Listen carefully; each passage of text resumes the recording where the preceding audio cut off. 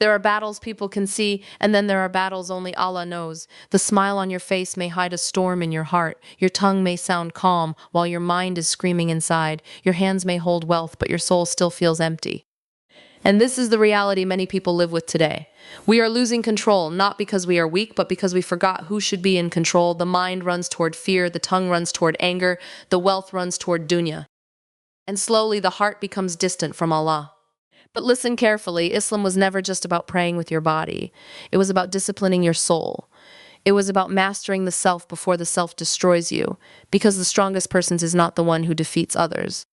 The strongest person is the one who defeats their own nafs. Your mind is a battlefield. Every day, whispers enter your thoughts. You are not enough. You will never heal.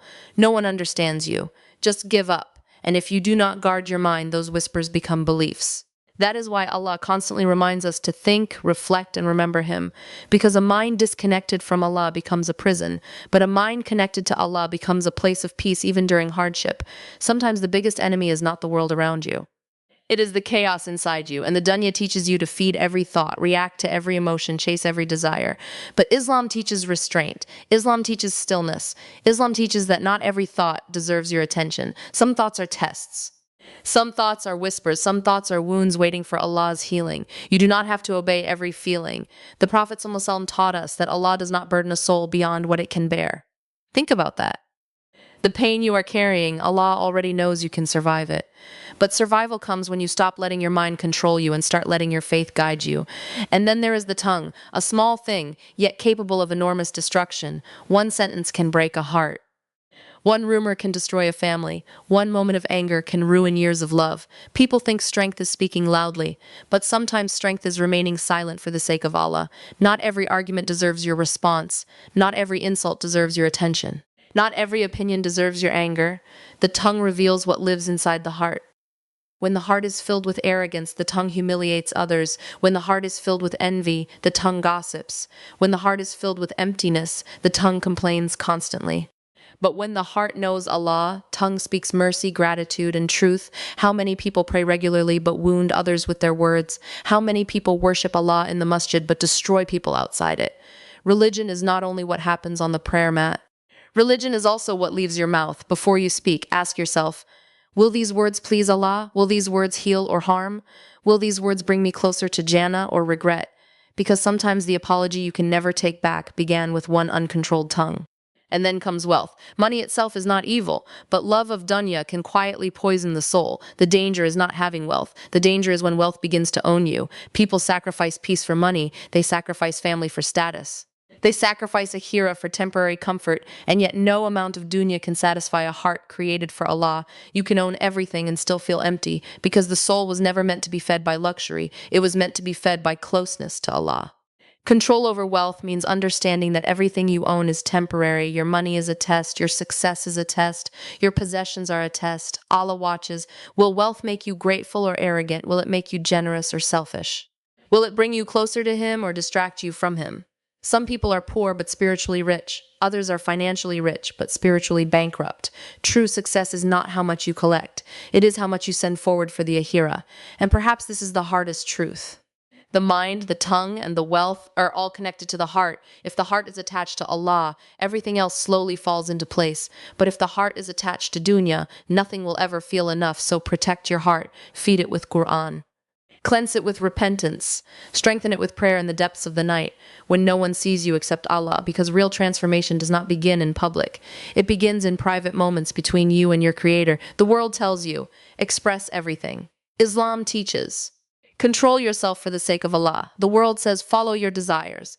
Islam says, discipline your desires. The world says, chase dunya endlessly. Islam says, this dunya is temporary, and that is why inner peace is becoming rare. People are mastering careers but not their souls. They are building wealth but neglecting their hearts. They are speaking constantly but remembering Allah rarely. But the believer is different. A believer pauses before reacting. A believer guards their tongue. A believer knows money is only a tool, not a purpose. A believer fights the battle inside even when no one else sees it. And yes, it is hard. Controlling your mind is hard. Controlling your anger is hard. Controlling your desires is hard. But Jannah is not cheap. Every time you stay silent instead of hurting someone for the sake of Allah, Allah sees it. Every time you calm your anxious thoughts by trusting Allah, Allah sees it. Every time you give charity while loving that wealth deeply, Allah sees it. Nothing is unnoticed. So if you feel tired from fighting yourself, remember this. The struggle itself is a sign of faith, because dead hearts do not struggle. Dead hearts surrender completely to desires, but a believing heart keeps returning to Allah no matter how many times it falls. And maybe today, Allah is not asking you to become perfect overnight. Maybe He is asking you to begin. Begin controlling your thoughts before they control you. Begin protecting your tongue before it destroys you. Begin using your wealth in ways that benefit your ahira. One sincere step toward Allah can change your entire life, and perhaps the peace you have been searching for is not in changing the world around you, in finally surrendering the world inside you to Allah. One of the greatest battles a person will ever fight is the battle inside their own mind. Not every wound is visible. Some people are bleeding silently through anxiety, fear, regret, overthinking, and hopelessness, while the world around them has no idea what they are carrying. They smile in front of others, but inside their thoughts are exhausting them. And this is why controlling the mind is so important in Islam. The mind is powerful. It can either pull you closer to Allah or drag you into darkness. A single negative thought, if repeated long enough, can become a belief. And once a belief settles in the heart, it begins to shape the way a person sees themselves, their future, and even their relationship with Allah. Shaitan understands this very well. That is why he attacks the mind constantly. He whispers fear into your future. He reminds you of your past mistakes. He fills your heart with doubt and tells you that you are not good enough, not worthy enough, not strong enough. Sometimes he makes you believe that Allah will never forgive you. Sometimes he convinces you that your pain will never end. But Allah never speaks to his servants with hopelessness. Hopelessness is not from Allah. Allah calls himself Ar-Rahman, Ar-Rahim, the most merciful, the most compassionate. Even after every mistake, every sin, every failure, Allah still leaves the door of mercy open.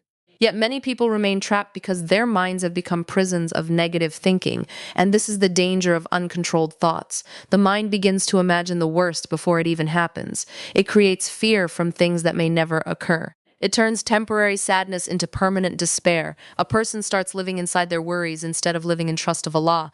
Islam teaches us something powerful. Not every thought deserves your attention. Some thoughts are whispers from shaitan. Some thoughts come from fear. Some thoughts are simply emotional storms that will pass. You are not required to obey every thought that enters your mind. This dunya trains people to react emotionally to everything. Social media, stress, pressure, comparisons, all of it constantly feeds the mind with noise. People compare their lives to others and begin feeling empty. They compare their success, beauty, wealth, relationships, and slowly their hearts become heavy with dissatisfaction. But the believer remembers that peace does not come from controlling life. Peace comes from trusting the one who controls life. Tawakkul is not weakness. It is emotional strength. It means believing that even when life feels confusing, Allah is still writing something meaningful. Even when you cannot understand the pain, Allah understands it fully. Sometimes Allah delays things because your soul is not ready yet. Sometimes He removes people because they were harming your heart. Sometimes He tests you because He wants to bring you closer to Him. But an uncontrolled mind only sees loss. A faithful heart sees wisdom. This is why remembrance of Allah is so important. Dhikr calms the storm inside the soul. Prayer softens the anxiety of the heart. Quran heals thoughts that nothing else can heal. When a person constantly feeds their mind with dunya, fear increases. But when they feed their soul with remembrance of Allah, peace slowly returns. And perhaps this is the most beautiful part. Allah does not expect perfection from you. He does not expect you to never feel sadness, fear, or weakness. Even the prophets felt pain.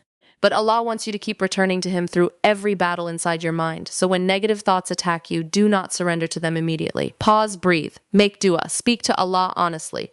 Remind yourself that your mind is not your master. Allah is. Because the strongest believer is not the one who never struggles mentally. The strongest believer is the one who continues trusting Allah even while fighting the storm inside their mind. One of the most dangerous things Allah has given human beings is not wealth, power, or strength. It is the tongue, such a small part of the body, yet capable of causing enormous damage.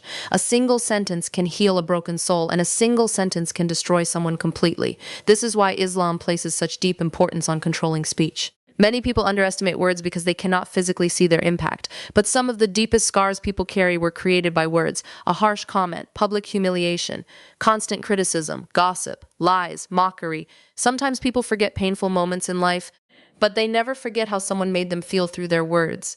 The tongue reflects the condition of the heart. When the heart is filled with arrogance, the tongue becomes harsh. When the heart is filled with jealousy, the tongue begins to gossip. When the heart is filled with anger, the tongue attacks others. But when the heart is connected to Allah, the tongue becomes gentle, truthful, and merciful. This is why controlling the tongue is not simply about staying silent.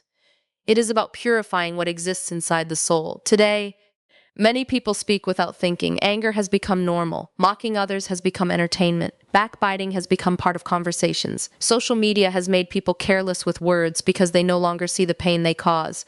People type hurtful comments, spread rumors, expose sins, and destroy reputations while forgetting that Allah hears every single word. Nothing escapes Allah. Sometimes a person thinks it was just a joke, while the other person cries themselves to sleep because of those words. Sometimes someone destroys years of friendship in one moment of uncontrolled anger. Sometimes families break apart because nobody learned how to control their tongue. The Prophet ﷺ taught that a believer either speaks al-khair, good, or remains silent. Think about how much pain could disappear from the world if people simply followed this teaching sincerely. Not every opinion needs to be spoken. Not every argument deserves your energy. Not every insult requires revenge. Real strength is not loudness. Real strength is restraint. Anyone can shout when angry. Anyone can hurt others emotionally. But it takes maturity, faith, and self-control to remain calm when emotions are burning inside. Some of the most beloved people to Allah are those who control their anger even when they have the power to react. And perhaps one of the greatest signs of wisdom is learning when silence is more powerful than words. There are moments when silence protects hearts, moments when silence prevents regret, moments when silence saves relationships, moments when silence earns the pleasure of Allah. Because once words leave your mouth, you cannot take them back. An apology may come later, but the wound may remain for years. This is why believers must become careful with speech. Before speaking, ask yourself, will these words please Allah? Will they benefit anyone? Will they heal or harm? Will I regret saying this on the day of judgment? The tongue also has the power to bring immense reward. Through the tongue, you can comfort someone who is suffering. Through the tongue, you can remind others of Allah. Through the tongue, you can encourage hearts that are close to giving up. A sincere word can change someone's entire life. Never underestimate kind speech. Sometimes people are fighting hidden battles, and your words may either become light for them or darkness. The world already contains enough cruelty. A believer should not add to it. A believer should become a source of peace. And this does not mean becoming weak. Islam does not teach weakness. It teaches discipline. There is a difference between honesty and cruelty. You can speak truth without humiliating others. You can correct someone without destroying their dignity. The people closest to Allah are not those who merely pray a lot while hurting others with their speech. True worship transforms character. It softens the tongue. It increases mercy. Because at the end of the day, your prayers, fasting, and worship should be visible not only in the masjid, but also in the way you speak to people. And perhaps the strongest person in the room is not the one who talks the most, and the one who knows when to stay silent for the sake of Allah. One of the greatest illusions of this dunya is making people believe that wealth will finally complete them. People spend their entire lives chasing money, status, luxury, and success, believing that once they achieve enough, they will finally feel peace. But how many wealthy people still feel empty inside? How many successful people still struggle with sadness, anxiety, and loneliness despite owning everything they once dreamed of? Because the soul was never created to be satisfied by dunya alone, money itself is not evil. Islam does not teach people to hate wealth. In fact, wealth can become a beautiful blessing when used correctly. It can feed the poor, support families, build communities, and earn immense reward in the Ahira. But the danger begins when money stops being a tool and becomes the purpose of life. That is when the heart slowly becomes attached to dunya more than Allah. And dunya has a dangerous way of pulling people in slowly. At first, a person simply wants comfort, then they want luxury. Then they begin comparing themselves to others. Soon, they measure their value by income, possessions, followers, brands, and status. Their happiness becomes dependent on material things. Their peace becomes connected to what they own instead of the one who created them. But no matter how much dunya a person collects, the heart always wants more. This dunya was designed to be temporary. That is why nothing inside it can fully satisfy the soul. A person may buy something expensive and feel happiness for a few days, but eventually the excitement fades. Then they search for something else to fill the emptiness again. It becomes a cycle that never ends. Meanwhile, the heart quietly becomes distant from Allah. Some people become so busy earning money that they neglect prayer. Some become so obsessed with success that they ignore their families. Some sacrifice honesty, modesty, and faith just to gain more wealth. They begin compromising their values, because Dunya has started controlling them. But Allah constantly reminds us in the Quran that wealth is a test. Not only poverty, wealth is also a test. Allah watches. Will money make you grateful or arrogant? Will success make you humble or prideful? Will your blessings bring you closer to Allah or distract you from Him? And perhaps one of the greatest signs of wisdom is understanding that everything you own already belongs to Allah. Your wealth is temporary, your house, your car, your business, your status, none of it will follow you into the grave.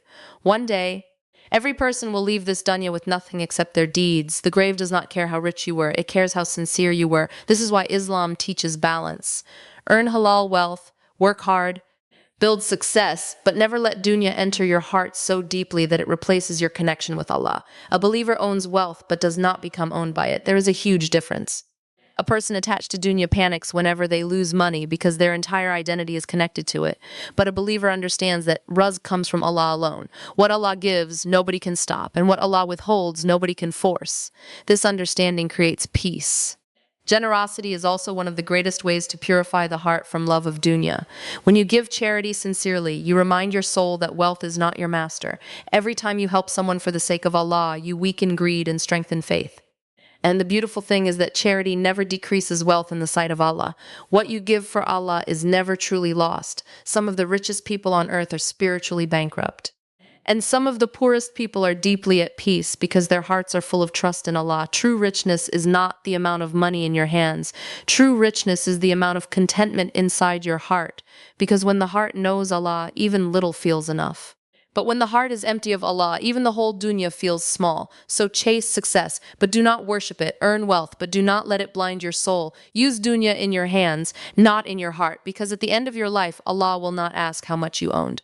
He will ask how you used what He gave you. Everything in your life begins with the condition of your heart. Before a person speaks, the heart feels. Before a person acts, the heart intends. Before a person changes their life, the heart changes first. This is why Islam places enormous importance on the heart. People often focus only on external actions, appearance, speech, reputation, success, but Allah looks deeper than all of that. Allah looks at the heart, because the heart is the center of sincerity, faith, intentions, love, fear, hope, and connection with Him. A person may appear strong on the outside while their heart is collapsing inside. Another person may look ordinary to the world while their heart shines brightly in the sight of Allah. The heart controls everything. If the heart becomes filled with arrogance, the actions become arrogant. If the heart becomes filled with jealousy, the tongue begins to gossip. If the heart becomes attached to dunya, worship becomes weak. But when the heart is connected to Allah, even ordinary actions become beautiful acts of worship. This is why purification of the heart is one of the greatest journeys in Islam. Many people spend years improving their appearance, but ignore the diseases growing inside their hearts. Pride, envy, hatred, greed, constant comparison, love of attention. These are spiritual diseases that slowly destroy peace from within. A person may smile publicly while secretly drowning in jealousy and emptiness. And perhaps one of the most dangerous things about a sick heart is that the person may not even realize it. Just like the body becomes weak without nourishment, the heart also becomes weak when disconnected from Allah. The more a person feeds their soul only with dunya, distractions, desires and sins, the harder the heart becomes. Slowly, worship feels heavy, Quran feels distant, prayer loses sweetness, tears disappear from the eyes, the heart becomes numb. And a numb heart is frightening because it no longer feels affected by reminders of Allah. But no matter how far a heart has drifted, Allah can still heal it. Allah is the turner of hearts. A single sincere moment of repentance can soften years of hardness. A single sincere dua in the middle of the night can begin changing a person completely. This is the beauty of Allah's mercy. He never closes the door on the one who returns sincerely, and the heart desperately needs nourishment. Just as the body needs food daily, the heart also needs spiritual nourishment daily. Prayer is nourishment for the heart. Quran is healing for the heart. Dhikr is peace for the heart. Tawbah cleanses the heart. Sincere dua strengthens the heart. Every act of remembrance pulls the heart back toward Allah. People search everywhere for peace. Relationships, money, entertainment, status, but true peace begins inside the heart. And the heart only truly rests when it remembers Allah. That is why some people seem calm even during hardship. It is not because their lives are easy. It is because their hearts trust Allah deeply. Their peace comes from knowing that Allah is in control even when life feels uncertain. A purified heart also changes the way a person treats others. When the heart is soft, the tongue becomes gentle. When the heart is sincere, actions become humble. When the heart is clean, Forgiveness becomes easier. When the heart loves Allah, mercy begins to flow naturally toward people. And perhaps this is what many people misunderstand about religion. Islam is not only about external rituals, it is about inner transformation. Real worship changes the heart first, and then the actions follow. A person can pray physically while their heart remains distracted by dunya. A person can speak about faith while secretly loving praise and attention. But Allah knows what exists deep inside every soul. This is why sincerity matters so much. The believer constantly checks their heart. Why am I doing this? Am I seeking Allah or seeking people? Is my heart becoming softer or harder? Am I becoming closer to Allah or more attached to dunya? These questions protect the soul.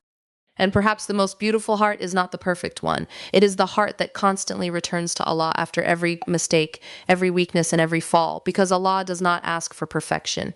He asks for sincerity, and when the heart sincerely belongs to Allah, everything else in life slowly begins to heal. The world often teaches people the wrong definition of strength. People think strength means being louder, tougher, more powerful, or more feared than others. They admire those who dominate conversations, react aggressively, and always get their way. But Islam teaches a completely different understanding of strength. Real strength is not controlling other people. Real strength is controlling yourself. Anyone can react emotionally. Anyone can shout in anger. Anyone can follow desires without limits. But the person who can control their anger, desires, emotions, and impulses for the sake of Allah, that is true strength. This is one of the hardest battles a human being will ever face because the greatest enemy often lives inside the self. The Nafs constantly pushes a person toward what feels easy, immediate, and satisfying. It wants revenge when hurt. It wants attention when ignored. It wants pleasure without discipline. It wants dunya without accountability.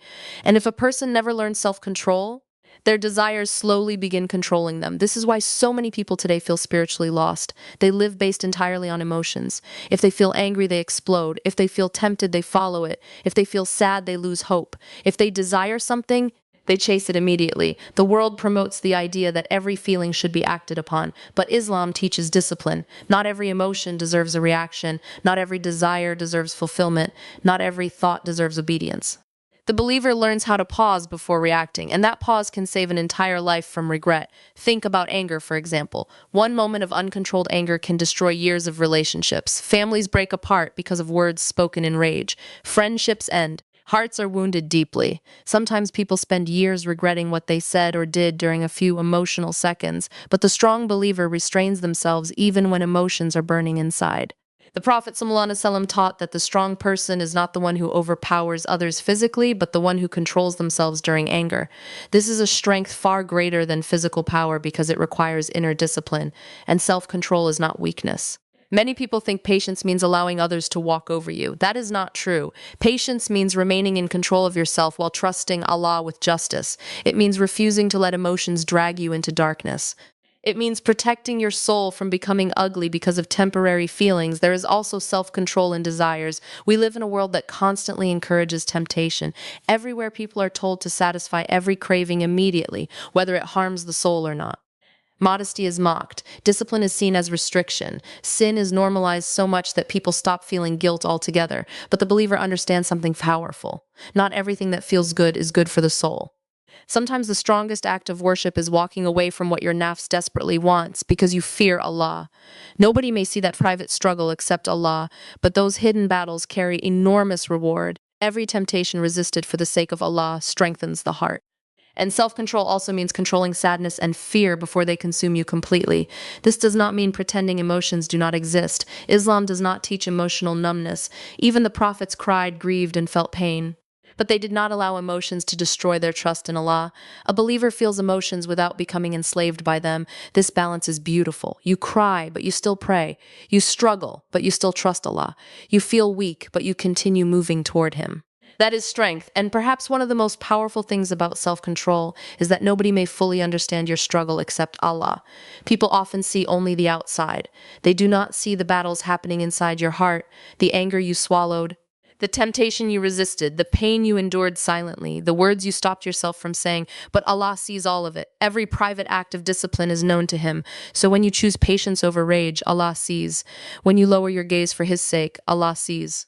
When you remain silent instead of hurting someone, Allah sees. When you resist sin while nobody else would know, Allah sees. And none of it is wasted, because every act of self-control purifies the soul and strengthens the heart. The Dunya teaches people to master others. Islam teaches people to master themselves, and perhaps the strongest people in the sight of Allah are not those who appear powerful publicly, we're those who quietly win the battle against their own nafs every single day. Every human being is searching for peace. Some search for it in money, some search for it in relationships, some search for it in success, attention, entertainment, or worldly achievements. People spend years chasing things they believe will finally make them feel complete. They tell themselves, once I achieve this, I will finally feel happy.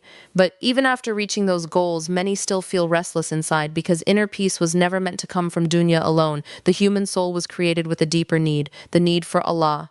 And this is why a person can have everything externally while feeling empty internally. You can smile publicly while your heart feels exhausted. You can own wealth, status, and comfort while your soul still feels unsettled. The dunya can entertain the mind temporarily, but it cannot fully heal the heart. Only Allah can do that. One of the greatest reasons people lose peace is because they try to control everything. They try to control the future, outcomes, people, situations, and every detail of life. When things do not go according to their plans, fear and anxiety begin consuming them. But peace begins when you finally understand. You were never in control to begin with. Allah is. And there is something incredibly calming about surrendering to the one who controls everything with perfect wisdom. Tawakkul, trusting Allah completely, does not mean life suddenly becomes easy. It means your heart becomes stable even during difficulty because you know Allah is taking care of you. This dunya will always contain tests. There will be heartbreak. There will be delays. There will be moments of confusion. There will be losses you do not understand. But the believer learns to see every hardship differently. Instead of asking, why is this happening to me? They begin asking, what is Allah teaching me through this? That shift changes everything. Sometimes Allah removes people because they were harming your soul. Sometimes He delays your dreams because He sees what you cannot. Sometimes He breaks your attachment to dunya so your heart can return to Him. Sometimes the pain itself is a door leading you closer to Allah than comfort ever could. But surrender is difficult because the nafs wants immediate answers. Human beings want certainty about the future. They want every dua answered instantly. They want life to make sense right away. Yet Allah often teaches patience through uncertainty, and patience is not passive weakness. Patience is active trust. It is waking up every day and continuing to believe in Allah's wisdom even when your heart feels tired. It is praying while waiting. It is hoping while struggling. It is refusing to lose faith even when life becomes heavy. This is where true peace begins, not when every problem disappears, but when your heart becomes connected to Allah despite the problems. A person attached only to dunya loses peace whenever dunya changes. If money decreases, they panic. If relationships fail, they collapse. If plans change, they lose hope. Their peace depends entirely on temporary things. But the believer's peace is rooted in Allah, and Allah never changes. This is why remembrance of Allah is so powerful. Dhikr calms the heart because it reconnects the soul to its true source of peace. Prayer reminds you that you are never alone. Quran speaks to wounds that nobody else can see. In sujud, the heart finds a safety that the world cannot provide. There is peace in knowing Allah hears every silent cry, peace in knowing Allah understands every hidden pain, peace in knowing that even your hardships are not meaningless. Nothing in your life is random. Even the struggles shaping you right now are part of Allah's wisdom. Sometimes the pain you wanted removed is actually the thing bringing you closest to Him, and perhaps surrendering to Allah does